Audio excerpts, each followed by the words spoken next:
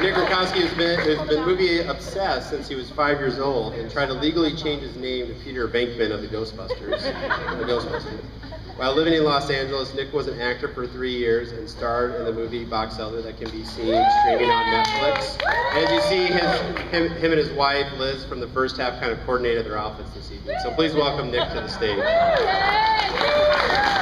Thank you very much. How many people think movies are art here? That's fantastic. I hate to tell you this, you're all wrong. Movies are not art. They are not art when you use this definition of art. Art is something that a culture values. It is something a culture protects. Art is something that the artist is the main creative force behind, and art is something that never ever includes Katherine Heigl, not even for a second. And if you put movies to that test, they fail on all accounts. Now, no one is more sad about this than me. I love movies. I love bad movies. A bad movie is still valuable because it's a chance to eat candy in the dark where no one can judge you. But I love all kinds of movies, and it shames me because I think they're the most transitive medium around. I have done things, I have been places because I've seen them in the movies. I played for Notre Dame. I framed Roger Rabbit. I blew up the Death Star, all because I saw these movies, but they're not art. And I hate to say it. But the Film Foundation last year released a study that said that over half of every movie released before 1950 is destroyed forever. How did it get destroyed? Because the negatives weren't taken care of. The woman before me said that it took 6 crates to move that piece of art. Gone with the Wind came to its premiere in the back of some guy's van. So it's not that, it's clear to see how these things are getting destroyed, and that's a shame. If I said 25% of every painting ever made is destroyed, that'd be a travesty. Novels, music, all the same. And those have been around for tens of thousands of years. We have dinosaur bones that are 650 million years old, and we can't preserve a movie from 1934. You are not art if you compare disfavorably to bones, okay? So they're not art. Now, you might say, well, movies made before 1950 weren't very good, and weren't very interesting. If they were good, they would have been hits and they would have been preserved. And there's some truth in that, perhaps, but that kind of thinking would have gotten rid of The Shawshank Redemption, which was not a hit in theaters. It was nominated for a ton of awards and lost them all, and then it would have been gone and forgotten forever if not for home video, which of course did not exist before 1950. Certainly not before 1950. It's a Wonderful Life, one of my favorite movies. The only movie that's ever made me cry as an adult. It was a super flop at the theater. It took in no money at all. It was sitting underneath some guy's radiator until the late 70s when PBS actually resurrected it by showing it around holiday time because they couldn't produce their own holiday specials. That's why we have It's a Wonderful Life. And that should be the end of a very happy story, but it's not. Because of all the popularity of It's a Wonderful Life, taste arbiters like Ted Turner said, you know what, I think I can make a nifty buck on this. Why don't I colorize It's a Wonderful Life? Colorization is where you take a film negative and through chemical means you turn it into from black and white to color. It makes everyone look blotchy, it looks super bad, and oh yeah, the artist that made the movie intended it to be in black and white and not in goddamn color. Now, It's a Wonderful Life was colorized. Casablanca was colorized, and didn't it need color? King Kong was colorized. Some like it hot colorized. And there was no public outcry, there was no legal ramifications, it just happened. If I went into the art center and I went to Automat, and I said, that woman there needs a cell phone, let's paint one in there, that would be sacrilege. But It's a Wonderful Life, everyone who made that movie's dead, so fuck them, right? Now, that was a phase, and it's over, and that's fine. But now we have retrofitting movies that were made in 2D into 3D.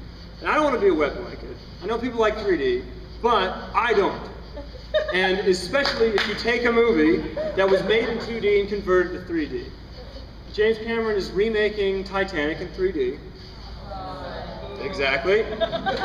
George Lucas is in his horrible little lair somewhere making all the Star Wars movies into 3D. And again, I don't want to be the wet blanket, but later this year they're going to re-release The Lion King as 3D. Now, that's right. Now remember when you first saw The Lion King? Were you sitting there being like, good rough draft, Disney. Good first effort. I can't wait until it costs $3 more and I've got glasses on, I look goofy and I have a headache. That's when the movie will be perfect. That's when it will be done. But no, these things are allowed to happen because we don't value movies the way we value other pieces of art. Oh, look, it's a super weird Polish poster from Poland. Okay, this is a film poster for Blade Runner, obviously.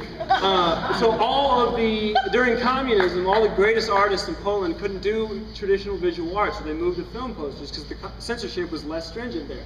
So they made sort of cool looking posters, but they were always super weird, like this one, or that one.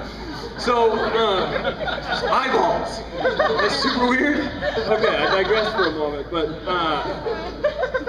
now, I also mentioned that the artist was the central figure. Oh, actually, the state of Iowa owned a Jackson Pollock if they wanted to sell to make a little bit of money. They wanted to sell it to somebody who would take care of it, who would pay market value for it. That's another Polish, that's 12 Angry Men from Poland. That's pretty cool. And they weren't allowed to because the public outcry was so loud. Imagine if they had said, you know, we're not going to sell it, we're just going to repaint it so that it's a magic eye, so that if you stare at it long enough, a dolphin pops out at you. That's what retrofitting for 3D is. Now, I mentioned earlier that the artist should be the true creator of the art, and that's not the case in movies. Yes, patrons have always shaped creation a little bit in the arts, but the studio system is completely backwards. They wanted to colorize Citizen Kane, and the only reason they couldn't is not because of any appeal to taste or for any public outcry, but because the contract that Orson Welles was given when he made Citizen Kane was so binding that he had complete control that even after his death, it couldn't be touched. Now, I hate to bring this up, but the only time a studio has ever given a director that much control, all he did was make the greatest movie ever made. And if you think that Orson Welles was a great, well-respected artist, the first movie he made was Citizen Kane. The last movie he was in was the Transformers animated movie.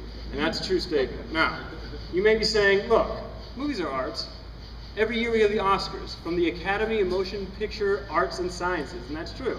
But every movie on every slide that I've shown here was on the AFI Top 100 list, and not a single one of them won an Oscar of any kind, including, as I said, The Shawshank Redemption, that should be gone. And in fact, these 20 are only a small portion of it. There were a full other 9 that would have been up for Oscars that didn't win a single one. Charlie Chaplin never won an Oscar. This next movie, North by Northwest, which will be coming up currently, thank you, starring Cary Grant, won 0 Oscars, and directed by Alfred Hitchcock, who has as many Oscars as I do. Now, one of those movies made before 1950 that's destroyed forever was also directed by Alfred Hitchcock. So, maybe the most compelling evidence that movies really are art is that they're absolutely not appreciated in their own time. That's all I've got to say. Boycott 3D.